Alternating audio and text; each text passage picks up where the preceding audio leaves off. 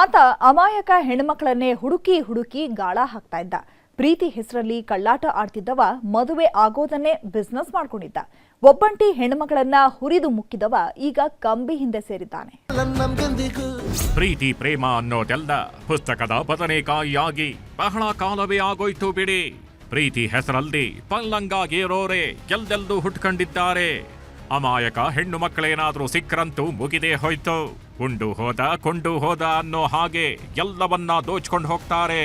ಈತ ಕೂಡ ಇದೇ ಜಾಯಮಾನಕ್ಕೆ ಸೇರಿದವ. 6 ತಿಂಗಳು ಒಬ್ಬಳ ಜೊತೆ ಸಂಸಾರ, 6 ತಿಂಗಳು ಇನ್ನೊಬ್ಬಳ ಜೊತೆ ಸಂಸಾರ. ಮದುವೆ ಆಗೋದನ್ನೇ ಬಿಸ್ನೆಸ್ ಮಾಡ್ಕೊಂಡವ. ಒಬ್ಬಂಟಿ ಹೆಣ್ಣು ಮಕ್ಕಳನ್ನೇ ಟಾರ್ಗೆಟ್ ಮಾಡಿ ಮೋಸದಾಟವಾಡಿದ್ದಾನೆ.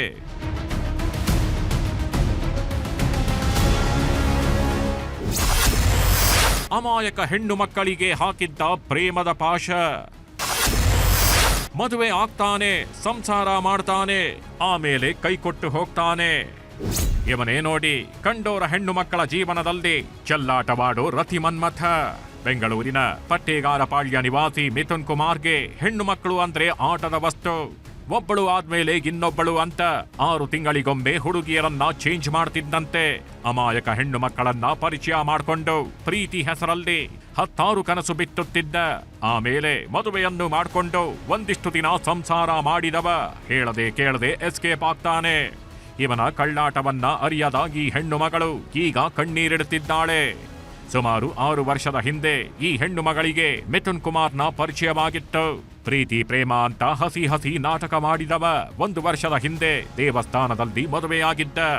ನಂತರ 4 ತಿಂಗಳು ಸಂಸಾರ ಮಾಡಿ ದುಡ್ಡು ಒಡವೆ ಎಲ್ಲವನ್ನ ಗೆತ್ಕೊಂಡು ಪರಾರಿಯಾಗಿದ್ದಂತೆ. ಈ ರೀತಿ ಕಳ್ಳಾಟ ಆಡ್ತಿರೋದು ಇದೇ ಮೊದಲೇನಲ್ಲ. ಈ ಹಿಂದೆಯೂ ಇಂಥದ್ದೇ ಕೇಸ್ನಲ್ಲಿ ಜೈಲು ಸೇರಿ ಬಂದಿದ್ದಂತೆ. ಆದ್ರೂ ಕೂಡ ಇವನ ಪೋಲಿ ಆಟ ನಿಂತಿರ್ಲಿಲ್ಲ. ನನ್ನ ಮೇಲೆ ಮರ್ಡರ್ ಮಾಡೋಕ್ಕೆ ನನಗೆ ಪ್ರಯತ್ನ ಪಟ್ಟಿದ್ದಾನೆ ಮಿಥುನ್. ಆದರೆ ಅಲ್ಲಿಗೆ ಎಲ್ಲ ತಡ್ಕೊಳ್ಳೋಕ್ಕೆ ಆಗಿಲ್ಲ ಅಂದರೆ ನಾನು ಹೋಗಿ ಮಹಿಳಾ ಪೊಲೀಸ್ ಸ್ಟೇಷನಲ್ಲಿ ಕಂಪ್ಲೇಂಟ್ ಕೊಟ್ಟೆ. ಆ ಕಂಪ್ಲೇಂಟ್ ಕೊಟ್ಟಾದಮೇಲೆ ಎಲ್ಲ ಆಗಿತ್ತು. ಇವನು ಅದರಲ್ಲಿ ಕೋರ್ಟಲ್ಲಿ ಎಂಟಿ ಸಿಮೆಟ್ರಿ ಬೇಲ್ ತಗೊಂಡು ಆಮೇಲೆ ನನಗೆ ಫಾಲೋ ಮಾಡೋದು ಹಿಂದೆ ಮುಂದೆ. ನಮ್ಮನೆ ನಾನು ಯಾವಾಗ ಬರ್ತೀನಿ ಯಾವಾಗ ಹೋಗ್ತೀನಿ ಹಿಂಗೆ ಫಾಲೋ ಮಾಡ್ತಾ ಇದ್ದೆ. ಮಿಥುನ್ನಿಂದ ಮೋಸ ಹೋದ ಹೆಣ್ಣು ಮಗಳು ದೂರು ಕೊಡೋದಕ್ಕೆ ಹೋದ್ರೆ ಪೊಲೀಸರು ಕ್ಯಾರೇ ಎಂದಿರ್ಲಿಲ್ವಂತೆ. ಹೀಗಾಗಿ ಗೃಹ ಸಚಿವರು ಹಾಗೂ ನಗರ ಪೊಲೀಸ್ ಆಯುಕ್ತರ ಗಮನಕ್ಕೆ ತರ್ತಿದ್ದಂತೆ ಕೇಸ್ ದಾಖಲಾಗಿದೆ.